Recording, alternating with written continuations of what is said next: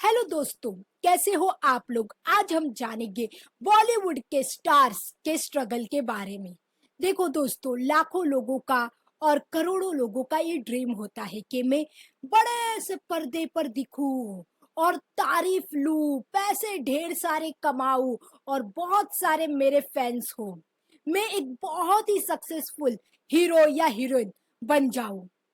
इसमें काफी लोग बनते भी है, लेकिन बहुत ही स्ट्रगल करने के बाद आधी उम्र घिस जाती है स्ट्रगल कर करके, तब जाके ये लोग चमकते हैं। जिसमें काफी मशहूर लोगों का नाम है इस लिस्ट में। मनोज बाजपेयी, सुशांत सिंह राजपूत, विद्या बालन, आयुष्मान, कपिल शर्मा, कंगना रनावत, पंकज त्रिपाठी, राजकुमार राव, रवि किशन, नवाजुद्दीन सिद्दीकी, शाहरुख खान और बहुत लंबी लिस्ट है स्ट्रगल करने वालों लोगों की। और अपने दम पर इंडस्ट्री में आए हैं और अपने दम पर पैसे कमाए और नाम भी कमाया।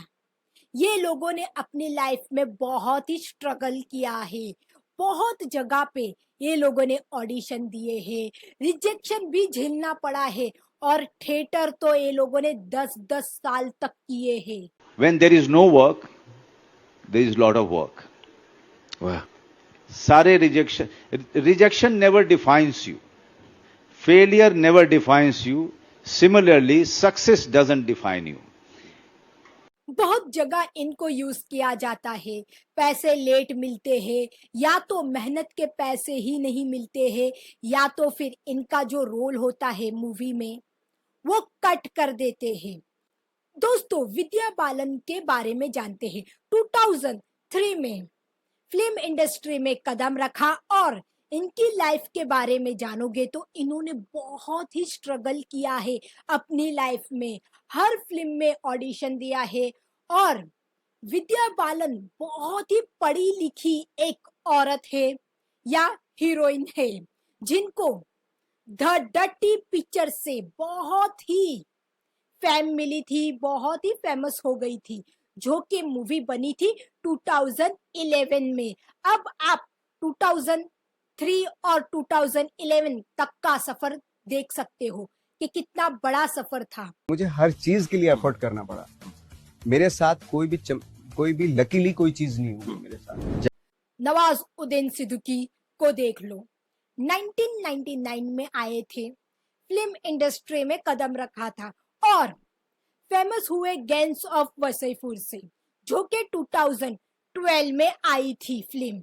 मनोज बाजपेयी को देख लो, जो कि शाहरुख खान के साथ ही आए थे, मींस उन्होंने साथ में थिएटर में काम किया था।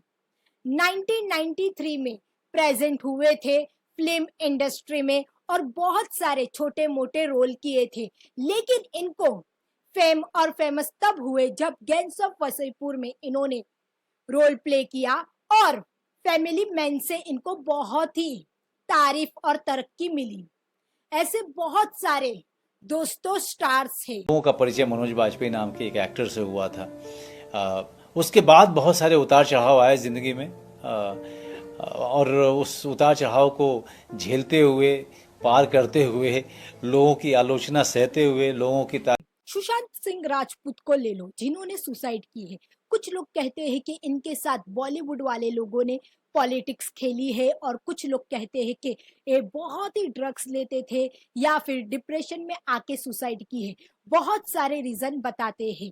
अभी रिसेंट सर्वे के हिसाब से ये पता चला है कि 65% से ज्यादा बच्चे जो अभी स्कूल में जा रहे हैं और काफी पढ़ाई करेंगे, वो बड़ी मेहनत करेंगे, लेकिन जब वो स्कूल से निकलेंगे तो वो जो नौकरी करेंगे वो टेक्नोलॉजी अभी तक बनी नहीं है।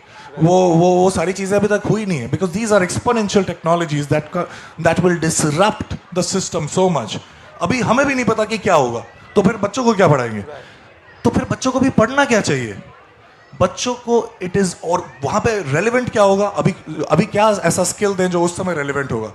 ये स्किल सिर्फ वही हो सकता है कि it is okay to fail. We have to come up with something new, that's for sure. और जब नई चीज बनाएंगे तो फेल होंगे, और इस चीज को लेके तमाशा नहीं होना चाहिए, इस चीज को एनकरेजमेंट मिलनी चाहिए। और क्योंकि रेट ऑफ चेंज इतना बढ़ेगा अगले 5 साल में, 3 साल में, and I can predict it, and we all, everybody know about this, कि उस रेट ऑफ चेंज में आपको ज़्यादा स्ट्रेस नहीं हो, उसके लिए इमोशनल इंटेलिजेंस पे ज़्यादा तवज्जो देना, फेल हो सकते हैं कोई बात नहीं, इस पे ज़्यादा तवज्जो देना, ये सारी बहुत इंपॉर्टेंट है, rather than ये देखना कि आपको 10 में से कितने नंबर आते हैं। और जो लोग बाहर से आते हैं फिल्म इंडस्ट्री में, इनको बहुत ही हार्डली चांस मिलता है। अगर पिक्चर नहीं चली तो इनको चांस नहीं मिलता है। ऐसे कितने सारे स्टार्स है, बहुत ही हार्डली ये लोगों को चांस दिया गया है।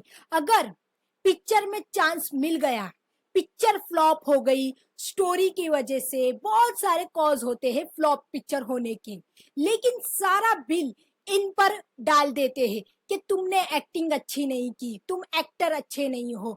और जो पहले से सुपरस्टार है, उनके बेटे या बेटियां, उनको कोई डर ही नहीं होता है कि उनकी फिल्म फ्लॉप जाए या हिट हो, क्योंकि उनको साइन करने वाले और उनको चांस देने वाले बहुत लोग होते हैं 4-5 फिल्म फ्लॉप होने के बाद भी।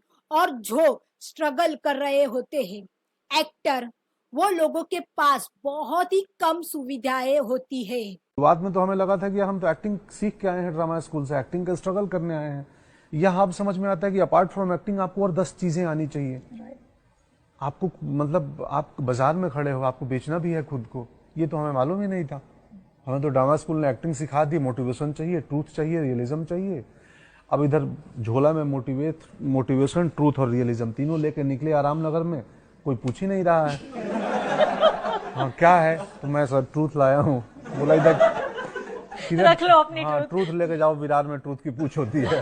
ना कोई पर्सनल कार होती है और ना ही बाइक, ना कोई हेलीकॉप्टर होता है। और कभी कभी तो पैसे मांग के और कहीं से मैनेज करके वो लोग वहां पर जाते हैं शूटिंग पर या फिर ऑडिशन पर। अगर रात को फिल्म की शूटिंग होगी तो वो लोग आखिर रात ट्रैवल करके वहां पर पहुंचते हैं। इनकी हेल्थ को ले लो, स्किन की भी टेक केयरिंग इनको खुद ही लेनी पड़ती है, और हेयर्स की भी, बहुत सारी चीजों की टेक केयरिंग इनको लेनी पड़ती है।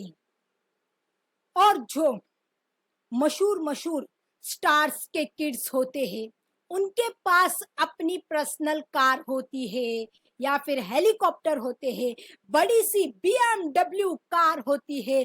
और जो होटल्स होते हैं इनके लिए बुक किए जाते हैं, वो बहुत बड़े रूम होते हैं और इनका एक पर्सनल होता है। Handling rejection. No matter how many times you rejected, you don't have the option of giving up. You have only one option left with you, is to again, stand up on your feet and prove it to yourself more than anybody that you are good.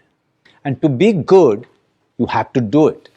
बाकी के जो बाहर से आए हुए stars होते हैं या फिर जो साइड रोल प्ले करते हैं, उनकी कोई वैल्यू नहीं होती है। उन्हें एक छोटा सा रूम मिलता है जिस रूम में ढेर सारे लोग रहते हैं, उनके साथ सब चीज की फैसिलिटी जो होती है वो उनको नहीं मिलती है। साइड एक्टर को तो बिल्कुल नहीं मिलती है बहुत सारी फैसिलिटीज। करना है तो करो काम, नहीं तो वरना यहाँ से निकल जाओ, कोई और रेडी हो ही जाएगा काम करने के लिए।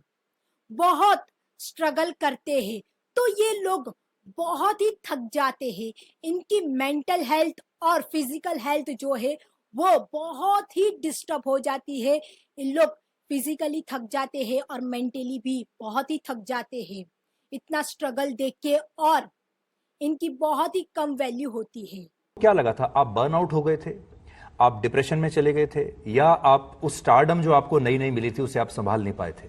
नहीं सर, बड़े सारे रीज़न थे एक्चुअली। कोई एक रीज़न नहीं मैं कह सकता। लोगों को शायद लगता था कि ये शराब बहुत पीने लगा है, हालांकि शराब रीज़न कभी नहीं रहा था। रीज़न उसके कुछ और थे, शायद एंग्जाइटी होती थी, या बाहर निकलने में लगता था कि यार मैं बाहर निकलूंगा तो मैं बात ही नहीं कर पाऊंगा किसी से, मैं किसी से आंख नहीं मिला पाऊंगा, मैं स्टेज पे माइक मेरे को लगाएंगे तो मैं परफॉर्म नहीं कर पाऊंगा, तो उस चीज से निकलने के लिए मैं दारू पीनी शुरू कर दी।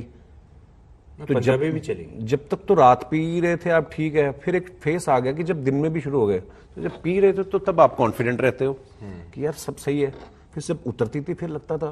तो वो मेरी से जो गलती हुई कि ऑब्वियसली जो आदमी डिप्रेशन से जूझ रहा होता है उसको नहीं पता होता कि आप क्या, ये तो सामने वाले को पता चलता है कि यार आदमी थोड़ा डिप्रेस है। उससे पहले तो हमने वर्ड सुन रखा था, ये डिप्रेस पता नहीं था कि होता क्या है। सो मेरी जो गलती हुई, मैं शायद टेम्परेरी अपने आप को अच्छा फील कराने के लिए पी लेता था। जैसे कहीं पर ऑडिशन देने गए लेकिन पसंद नहीं आए तो उनकी इंसल्ट भी निकालते हैं। इनमें से कितने एक्टर्स होते हैं जो कि सुसाइड कर लेते हैं, कितने एक्टर होते हैं जो कि दिन रात नशा करते रहते हैं, नशे में ही रहते हैं, कितने एक्टर होते हैं जो कि डिप्रेशन में रहते हैं कि कल क्या होगा, रेंट के हाउस में रहते हैं, लाइट बिल भरना पड़ता है। अगर कोई एक्टर शादीशुदा है तो उसको तो सभी चीज मैनेज करनी पड़ती है, बच्चों को पढ़ाना और घर का खर्चा। मेरी माँ सुबह 4 बजे उठ के ऑफिस जाने वालों के लिए टिफिन बनाती थी, फिर शाम को बच्चों को ट्यूशन देती थी टू मेक एंड्स मीट। जब उनको वो सब नहीं करने की ज़रूरत पड़ी, जब वो सारी चीज़ें मैंने कर ली, तब मुझे ये रियलाइज़ हुआ कि यार पैसा तो बहुत आ गया लेकिन नींद तो नहीं आ रही, रेस्टलेसनेस तो अभी भी है। हालांकि लोगों के गुड मॉर्निंग गुड इवनिंग बदल गए, बट देन आई सेड कि यार, एंड आई एम ग्लैड कि बहुत यंग एज में मुझे ये एक्सपीरियंस मिला। बहुत अच्छा हो गया ये तो मेरे पेरेंट्स हैरान हो गए जब मैंने कहा कि मैं फिल्मों में रिस्टार्ट करना चाहता हूँ, ट्राई करना चाहता हूँ। ये लाइक, बेटा तुम मतलब आर यू श्योर, क्योंकि I was making a lot of money यार। अब सब कुछ बता ही रहे हैं तो मतलब एक 24 साल के लड़के के लिए 35 लाख रुपए महीना बहुत होता है, और एक ऐसे लड़के के लिए जिसके घर में मतलब 15 दिन फादर की सैलरी चलती थी, 16वें दिन से क्राइसिस मैनेजमेंट शुरू हो जाता था। ऊपर से कई कई लोग सुनाते भी है, बोला था ना भाई ये फील्ड बहुत ही गंदी है, इसमें मत जाना, तेरा कुछ फ्यूचर ही नहीं है, कुछ मिला तेरे को तू बर्बाद हो गया, सारी उम्र चली गई स्ट्रगल करने में तेरी। और ऐसा भी होता है जो मेगा स्टार्स होते हैं, बड़े बड़े स्टार्स होते हैं, उनके बच्चे जो होते हैं वो बहुत ही नालायक किस्म के होते हैं, किसी किसी का फ्यूचर भी बर्बाद कर देते हैं। विवेक ओबराय का फ्यूचर बर्बाद किसने किया? सलमान खान ने किया। और अजित सिंह के साथ भी गेम खेला सलमान खान ने। जब तक ये लोग सॉरी नहीं बोलते हैं तब तक काम नहीं मिलता है। इवन रणबीर कपूर को ले लो, कितनी सारी गर्ल्स को घुमाया, बहुत सारे अफेयर किए, आखिर में स्टार्स और डायरेक्टर की बेटी के साथ ही शादी की, आलिया भट्ट के साथ क्यों नहीं की, दीपिका के साथ और सोन से अपने ही ग्रुप में शादी की।